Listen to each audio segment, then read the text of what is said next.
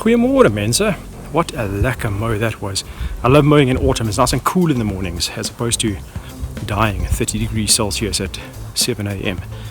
Although right now it's actually just on 10 o'clock in the morning and we're sitting at 20 degrees, so it's going to be a nice day. And yeah, I just finished the mow. No stripes on this end. Let's see this side. No stripes here either. Sorry, you've only got stripes from the one end. Okay, so besides my little stripe boo-boo from that end of the yard, it looks quite nice from down here, and I suppose as the day progresses things will change. But what I actually wanted to show you was how much shade I have in the mornings now as we get into winter. So I need this bugger to just shed quickly, and it's just kind of taking its time because we have a little bit of cold and then it's warm. Like today is going to be a high of 25 and so is tomorrow, which is quite nice. And then Saturday we get like what we had last weekend and it drops down to 13, so a lot cooler quickly.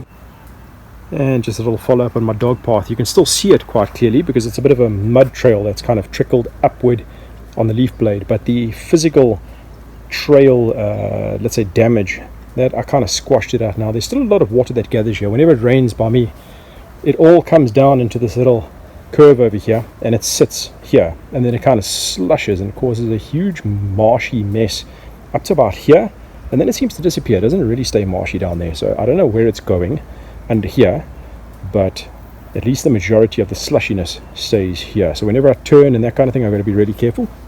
Yeah, the path is on its way out.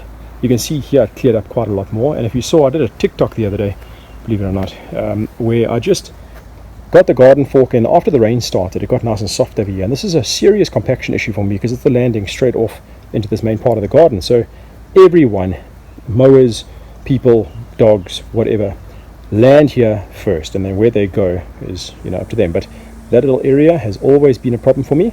I've just never really done anything about it except for putting down a little bit of wetting agent to try to get the roots to grow deeper. Even though there's compaction, at least the wetting agent kind of helps the roots get growing further down, so we don't have that hydrophobic issue. The compaction issue though needed a bit of relief, so what I did is I just took a normal garden fork and I stuck it in the ground and just lifted deeply. I think, let me show you how to do it properly quickly. Okay, so I'm just going to tell you what I'm going to do first because I don't have a little microphone that's, you know, good enough for me to pick up from a distance. So best thing to do with the garden fork is not just stick it into the ground. You got to stick it into the ground deep enough that you get down to the majority of that root mass, and then you actually lift up that you can hear it ripping just slightly. As it starts to rip, you stop and you back off, and then that's a good enough lift. What that does is it creates these sort of cavities all over the place, and that not only improves the aeration, but it helps quite significantly and measured with the compaction. Now it doesn't obviously remove that physical surface area like what a core aeration would do, but that on its own is a very, very useful little piece there. So instead of just sticking it into the ground, that extra bit of advice is to pull back, lift, just start to rip the roots and then stop. Let me show you quick.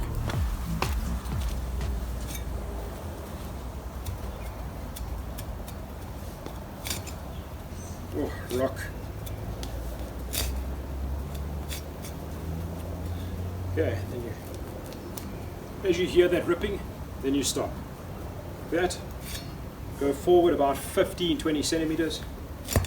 Oh, rock.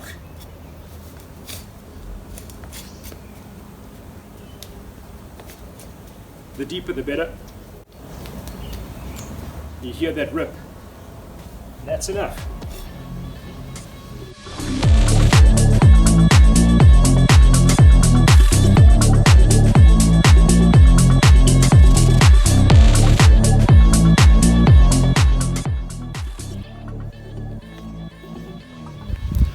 So a little bit of manual labor there. You don't really want to do that over 500 square meters, but for small areas like that, it's perfect. And for me, you got to think of it in, you know, the gist of it all. You can go through the process of every spring or whenever you get a chance to just do a core aeration, and that's the best way. It is the best way to decompact heavily compacted soils. But this is residential turf. You don't have to go to that extent regularly just to keep up with the Joneses. Forget about that. If your grass grows, look at mine for example. There's never been core aerated. I've never even taken the garden fork all the way through this. I've only ever done that, and that's the second time since I've been in this house that I've ever done what you just saw there now. Or the third time plus the TikTok, including the TikTok. So take a look. You don't have to.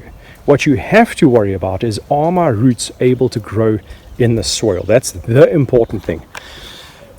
If the roots cannot form, then damage on the surface will create, a kill off, a die off of the grass in that area. And that is what you don't want, because once it's bald, then it's gone, especially on cool season grasses. Warm season grasses, they can kind of just grow back over the surface again if the ground is soft enough, or if those roots want to grow over those areas. So you have to invite roots there, and that means it needs to see water first and foremost. So a little bit of manual decompaction like this goes a long way. Anyway, that looks bloody good. I'm very happy with it at 16 mils, and it's dense. I've got no funny business happening in this lawn at the moment. I've been keeping my eye out for any kind of winter grasses and other funky stuff. It seems to be alright. I've got little patches of oxalis coming back up, but I don't care. I know how to handle that stuff. So you don't stress, you deal with it when it's time. Anyway, hope you found that useful. Please remember to like, subscribe, share this with your buddies, comment. If you've got any questions and queries and you don't want to put it in the comments, you send me some sort of private mail. Just jump onto backyardbushveld.co.za. You'll pick up my email address and you can contact me that way. But if you just want to have a chit chat and have other comments or add-ons from other people that might have information as well, you stick it in the comments section and you may be spoken over in a positive way, hopefully. Anyway, cheers.